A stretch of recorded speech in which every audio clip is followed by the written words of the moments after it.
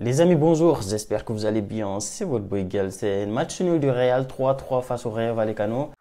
Et surtout, petit crevard, n'hésite pas à t'abonner, ça me fait grave plaisir. Et ça fait très mal tout simplement parce qu'on avait la possibilité de passer devant le Barça et finalement on revient seulement à un point du Barça. Et si le Barça gagne demain, ils prennent 4 points d'avance, ce qui veut dire que même si on gagne notre match en retard, on ne prendra pas la première place. Donc ce n'est pas la première fois qu'on a la possibilité de prendre cette première place, on l'a pas pris et là aussi on le prendra pas. Donc il faudra encore espérer un faux pas du Barça pour espérer reprendre cette première place. Et j'ai de plus en plus l'impression qu'on ne la veut pas, cette première place. J'ai l'impression qu'à chaque fois qu'on a la possibilité de prendre la première place, on ne la prend pas. Comme si Ancelotti décide tout simplement de rester deuxième parce que ça lui fait plaisir. On va revenir quand même sur le match parce que hier, pour ceux qui ont vu ma vidéo, hier j'ai fait une vidéo d'avant-match et dans cette vidéo-là, j'expliquais un peu ce que je pensais de Rayo Vallecano et la composition que je vois pour ce match-là d'aujourd'hui. Donc si vous n'avez pas vu cette vidéo-là, n'hésitez pas à aller la voir parce que vous allez comprendre tout ce que je vais dire dans cette vidéo. Quand je vois ce match du Real, l'impression que j'ai, c'est que, en fait, c'est comme si au Real Madrid, il n'y a pas d'entraînement, c'est comme s'il n'y a pas d'analyse de match, c'est comme si, honnêtement, j'ai du mal à comprendre, je ne vois pas ce qu'ils font en entraînement. Franchement, j'ai du mal à comprendre. Parce que quand tu joues le Rayo Vallecano, tu sais que c'est une équipe de Madrid, tu sais que c'est en derby, et tu sais que sur les 4 derniers matchs du Real, tu les as battus une seule fois.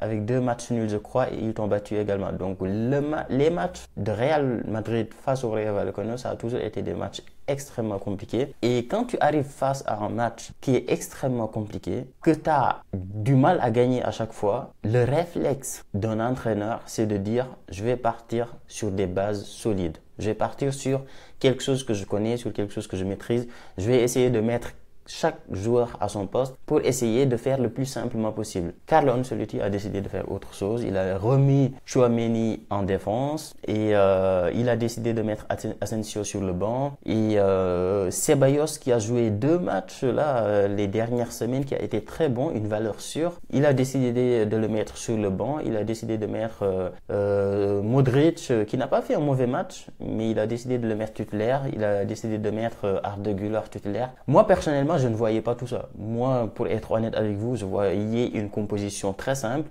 où tu vas mettre dans ton milieu Ceballos, Valverde, Bellingham et ensuite en attaque tu vas mettre Vinicius, Rodrigo, Brahim Diaz. Moi c'est ce que je voyais. Parce que hier, si vous avez vu ma vidéo d'hier, c'est ce que je disais. Je disais que dans un match comme ça, face à une équipe que tu as du mal à battre, il faut partir sur des valeurs sûres. Il faut partir sur une composition simple, quelque chose que tu maîtrises et quelque chose dont tu es sûr et certain que ça peut marcher. Il a décidé de mettre sur le banc Vinicius. Bon après ça, à la limite c'est son choix. Peut-être que moi je vois pas d'explication. Parce que tu as mis Vinicius il n'y a pas longtemps dans un match où à la limite fallait le sortir à la 60e minute parce qu'il revenait de blessure, mais tu décides de le faire jouer pour ensuite le mettre sur le banc le match suivant. Je comprends pas. Pour moi, un joueur qui revient de blessure, c'est que le premier match de retour de blessure, soit tu le fais rentrer à la 60e minute comme aujourd'hui, soit tu le sors très tôt dans le match pour qu'il se repose. Mais tu décides de le faire jouer 90 minutes et ensuite aujourd'hui, face à un adversaire compliqué, dans un match compliqué que tu dois gagner, tu décides de le mettre sur le banc et derrière, tu te ramasses en 3-3. Comme je l'ai dit en début de vidéo, j'ai du mal à savoir ce qui est vraiment entraîné au Real Madrid. Parce que franchement, rien que le fait de faire une analyse du match de l'adversaire et de te dire que je dois jouer face à une équipe qui est compliquée, rien que ça doit te permettre au moins de te dire, ok, je dois mettre en place une composition simple. Mais j'ai l'impression que même cette petite analyse simple de l'adversaire, j'ai l'impression que c'est quelque chose qui n'est pas fait. Mon impression, c'est que Carlo Ancelotti, tu as l'impression que c'est un nouvel entraîneur qui vient d'arriver au Real, qui vient d'arriver en Liga, qui ne connaît pas les clubs, qui doit jouer contre Rayo Vallecano. On ne sait pas qui c'est Rayo Vallecano. C'est une petite équipe. Allez, on va mettre ce qu'on veut, on va mettre une composition au hasard et les joueurs vont se débrouiller sur le terrain. Alors que quand tu es en Liga depuis au moins 4 ans, tu dois connaître quand même tes adversaires. Tu sais que Rayo Vallecano, Getafe, c'est des équipes de Madrid et quand tu joues ces équipes équipe-là, ça n'a jamais été facile. Et donc, tu dois partir sur des bases solides, simples. Et au-delà de ça, même dans le jeu du Real Madrid, j'ai du mal à voir une tactique précise. J'ai du mal à voir quelque chose de clair. Tu te dis, ça, c'est l'identité de jeu du Real. Est-ce qu'aujourd'hui, quand vous voyez le Real jouer, est-ce que vous voyez une identité de jeu? Moi, j'ai l'impression que tous les matchs depuis le début de la saison, on galère. Après, parfois, tu gagnes facilement. Parfois, tu gagnes 3-0, 2-0, 2-1, 3-2, etc. Parce que c'est normal.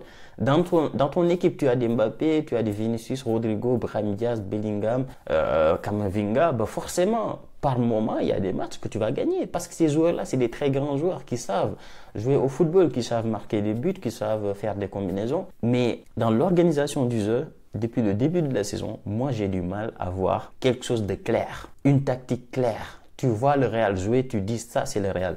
On enlève les maillots, on enlève les joueurs, on te met juste des pions qui se déplacent et tu dois être capable de dire ça c'est le Real Madrid. Aujourd'hui, tu n'en es pas capable. Aujourd'hui, tu regardes un match de Manchester City, tu enlèves les joueurs, tu enlèves les numéros de maillot, tu mets juste des masques. On ne reconnaît pas les joueurs. Tu regardes un match de 90 minutes comme ça, tu es capable de te dire ça, c'est Manchester City. Parce que tu vois la possession de balle, tu vois que ça combine, ça retourne, ça construit, ça repart. Tu regardes un match du Barça où il n'y a pas de joueurs, tu ne vois pas la tête des joueurs, tu ne vois pas les maillots, tu ne vois rien. Tu es capable de dire ça, c'est le Barça. Défense hyper haute, des replis rapides, un pressing hyper intense. Tu es capable de dire ça, c'est le Barça. Et ça, pareil, tu es capable de le dire sur le Bayern, tu es capable de le dire sur Liverpool, tu es capable de le dire sur Arsenal, tu es capable de le dire sur le Bayern. Tu n'es pas capable de le dire sur le Real Madrid. À la limite, quand tu vas regarder un match du Real, limite, tu vas croire que l'adversaire, c'est le Real. Parce que très souvent, c'est le Real qui souffre dans des matchs, même face à des équipes comme Rayo Vallecano.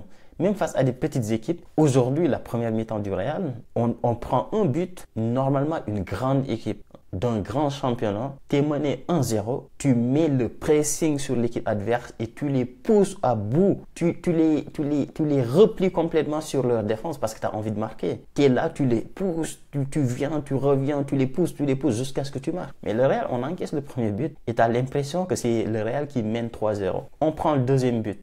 Logique. Et notre but, notre réduction, le but de réduction, il vient de nulle part. La frappe de Valverde, elle vient de nulle part. Il n'y a pas de construction, il n'y a rien. C'est Valverde qui s'est dit à un moment donné, j'en ai marre, bim, bombazo, il marque. Le but de Bellingham, à la limite, tu peux te dire, ok, il y a une petite construction. Et derrière, le but de Rodrigo, c'est pareil. C'est le mec, il se débrouille, il frappe, c'est contré, ça rentre. Est-ce que vous voyez une identité de jeu quand vous regardez le Real? Moi, j'ai du mal à voir une patte Ancelotti. Je suis désolé, je passe beaucoup de temps sur la partie tactique du match, sans même parler des joueurs individuellement, mais le grand problème du Real, c'est Ancelotti. Il n'y a pas une identité de jeu, il n'y a pas quelque chose de clair. Les joueurs, tu as l'impression qu'ils les mettent au hasard. Il y a un match où il faut faire plaisir à Modric, c'est un grand joueur. Allez, bim, Modric titulaire. Arda Güler, c'est un jeune, il est énervé parfois, il veut jouer. Allez, bim, on met Arda Güler.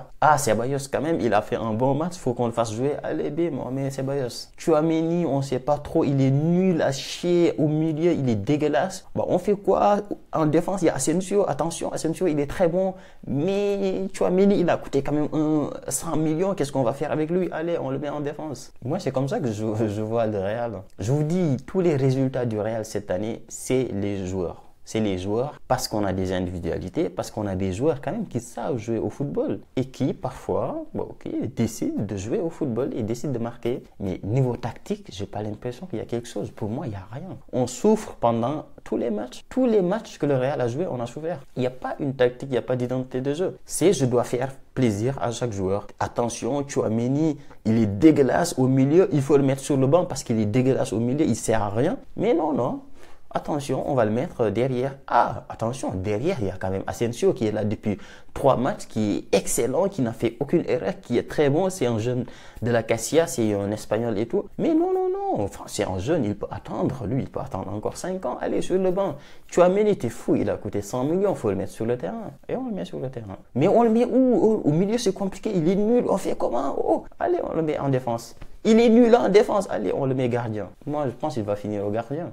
Moi, je vous dis, si on a Courtois qui se blesse, Ancelotti, il va mettre Tchouaméni gardien. Et ensuite, si gardien c'est compliqué, il va le mettre adjoint entraîneur. Vous allez voir. Moi, je vous le dis, il va finir adjoint entraîneur. Il va prendre la place de comment il s'appelle, le fils d'Ancelotti. Parce qu'il a coûté 100 millions. Mais il est nul à chier, il faut le faire jouer quand même. Bref, ça fait chier. Ça fait complètement chier. Parce qu'on a eu 2 fois la possibilité de passer devant le Barça. Ancelotti a décidé que non, c'est trop tôt. Actuellement, non, c'est trop tôt. Passer devant le Barça, mais t'es fou, c'est trop tôt. Faut attendre un peu quand même, on va attendre le mois de mars. T'es fou.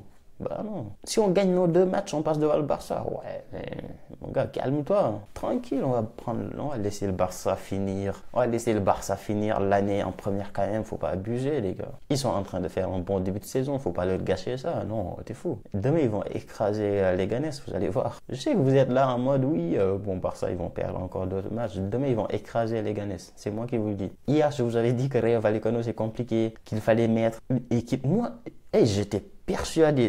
Le pire, c'est que hier, quand j'ai fait ma vidéo d'avant-match, je me suis dit, Ancelotti allait quand même. Et franchement, les gars, je ne suis pas expert de foot, je ne suis pas tacticien, je ne suis rien du tout. Je suis juste un mec qui connaît rien au foot et qui parle de foot. Mais hier, dans ma vidéo d'hier, j'ai dit que Rayo Vallecano, c'est une équipe compliquée et que pour moi, Ancelotti, il va jouer simple. Il va faire simple. Il va partir sur une composition simple. À un moment donné même, j'ai pensé à me dire, oui, peut-être qu'il va repartir sur le 4-4 de l'urgence. Je me suis dit, non, Ancelotti ne va pas prendre ces risques-là. Il va aller simple. Mais je ne m'attendais pas à des Vinicius sur le banc, Ceballos sur le banc, Arda Güler titulaire. Tchouaméni en défense, Fran Garcia. Je ne m'attendais pas à tout ça, je vous promets. Hier, allez revoir ma vidéo. Mais hier, par contre, je me suis trompé parce que je pensais que Ferland Mendy était revenu. Mais Ferland Mendy était blessé, donc on a mis Fran Garcia. Mais les gars, dites-moi ce que vous avez pensé du match. Donnez-moi votre avis dans les commentaires. Et nous, on se dit à très vite pour une nouvelle vidéo. Ciao.